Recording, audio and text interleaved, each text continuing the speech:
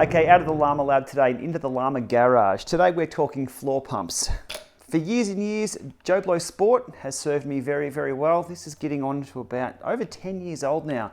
Due for a refresh, and now that I'm using tubeless tyres, this may not be the answer that I need. So after coming back from Interbike, trade shows are a great place to meet companies and ask them for a couple of demo units. One of those is the Blackburn chamber tubeless. This is a beast of a pump. Now, what differentiates this between a standard floor pump is that this massive chamber here can be preloaded with air, so when you're trying to bead or seat tubeless tyres onto the rim for the first time, the air explodes into the tyre, it beads out, happy days. There have been absolute nightmare stories.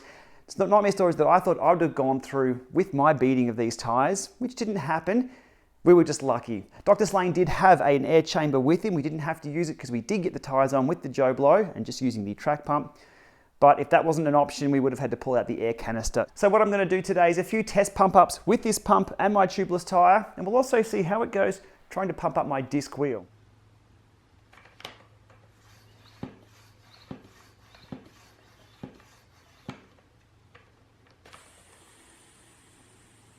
First up, running through the specifications of this premium pump. So it says here, it seats tubeless tyres. That's its purpose. That's what the big chamber is all about. Quick, reliable inflation, okay. A charge switch if you're charging or you're inflating. So this little switch here is what you need to flip if you're loading it up or unloading the air into the tyre. Direct pumping, no more hot air. Customized with your own handlebars. I don't know why you'd want to put your own handlebars on, but they are handy for leverage. We'll see how many pumps it takes to get it fully charged here. Extra long 4-foot hose, okay, kind of handy, and a huge 2.75-inch top-mounted gauge. The gauge is pretty handy, and it also has an air bleed on the head unit, so you can get your pressures to the exact PSI you need. Support here for Presta, Schrader, and Dunlop valves, up to a maximum 160 PSI with the pump, and the reservoir has 160 PSI as well. There's the specs. One thing you can't do is preload the reservoir here and pump a tyre up, because all it's doing effectively is sharing the airspace. So if you preload this with 80 PSI and unload the valve into there, it's not going to put 80 PSI into the tyre. It's going to share that airspace. So you might get close. That's not its purpose though. This part is the pump. This part's to seat tyres. Let's get stuck into it, see if it does the job. So the first test today is just a simple pump up test. We will put that on there, lock in the valve, and away we go. The handlebars are quite handy to get that leverage.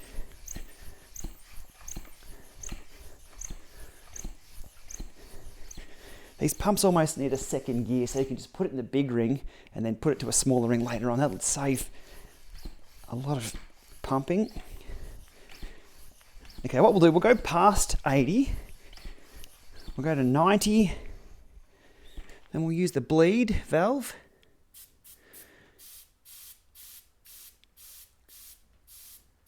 To get us back to 80, flipping off, pulls off. Air hissing is the air coming out of that long tube, so you get a bit of a hiss given there's so much volume in there. So no problems at all there. That valve held, there was no leaking of air out of the seal, so that did its job. Thumbs up on that one. Okay, for my next test, my zip disc wheel. These are always troublesome trying to pump up because where things are located in here, to get to the valve itself, it needs to go around a corner. So we undo that, and we can see here that's not going to go in there to pump up without putting too much of an angle onto the valve. That's definitely not going to fit. So out with what we call the crack pipe adapter. It goes in. Okay, so crack pipe in place in the adapter there, locked in. One thing I have learnt from years and years and hundreds of time trials is how to pump a tyre up by yourself, especially a disc wheel. Bit of a technique to it. Hand on there, foot on the pump itself, and using your body weight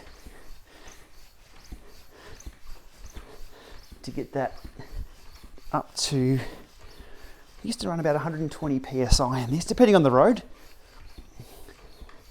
sometimes 105, maybe 100 in the wet or a rougher road. So that's now up to 120 psi. Job done. So not as easy as just clipping it onto a normal wheel, but it can be done there, and it was good leverage with that big handle. Okay, there we go with the disc wheel ready to go. That wasn't too bad. Good leverage on the pump, and that dial was very handy getting it up to the exact PSI I needed. Now the next question is, how many pumps does it take to charge the chamber fully to about 160 PSI? There are numbers floating around between 45 and 55. Let's put that to the test right now. So that's chamber charge mode, and away we go. One.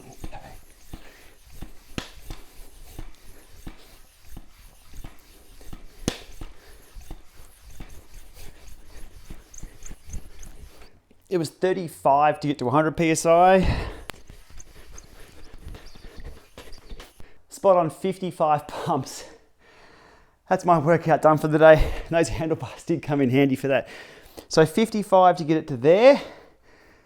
Now I haven't got a tyre to beat on or sit, so I'm just going to release this air and we'll see how much air is actually inside. Ready?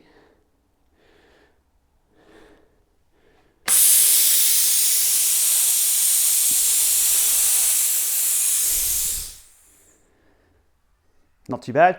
Quite a bit of air coming out there.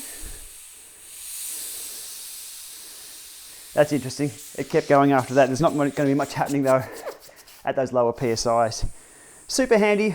And the final test. When beating a tubeless tyre, a lot of people will remove the stem in here just to allow maximum airflow, because what you want is that rush of air or that burst of air to come through and just get that tyre popped out and beat it onto the rim. So what I'm going to do here, a little bit of a test.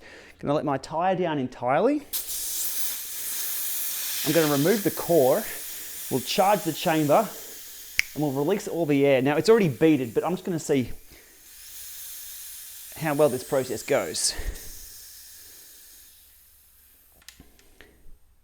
As I said before, releasing 160 psi from here into the tyre is not going to mean the tyre is going to be pumped up to 160 psi because that airspace is shared. So I'll charge this to 160, we'll let it do its thing, and we'll see how much it actually puts into the tyre. So that's let down. We need to remove the valve.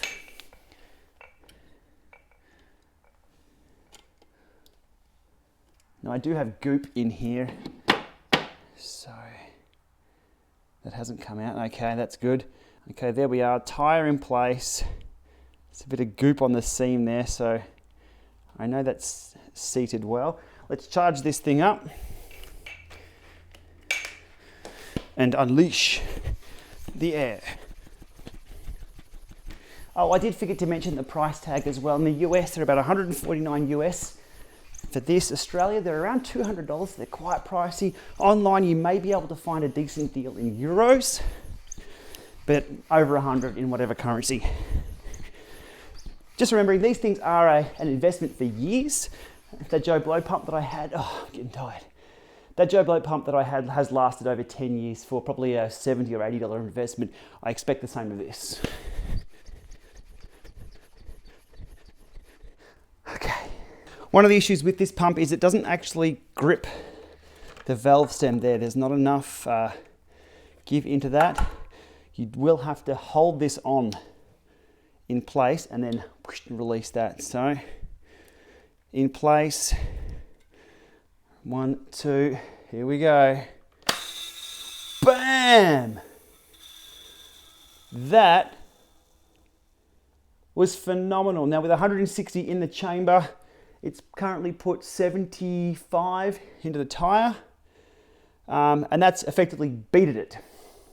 That was super, super impressive. So the tyre is now holding 75 psi. If I was to take this off, it probably will shoot goop and things everywhere. So I'm going to use the air bleed just to slowly release that, because again, this wasn't for inflation. This was for testing the beating of the tyre. It was already beaded.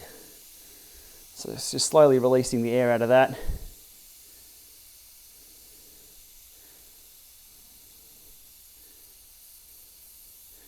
With the air valve.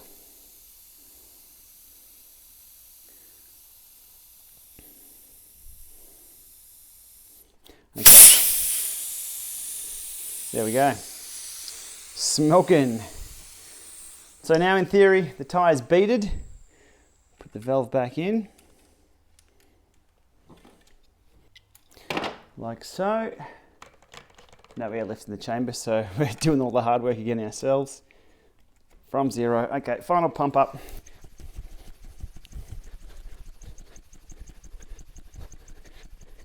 And we're done. Okay. Off and done, and hooking it around the bottom. Storage. So there we are, job done, and I'm puffed after all that pumping. Links below to this product or similar ones as well. Definitely a good addition to the garage if you're using tubeless tyres. Thanks for watching, we'll see you soon.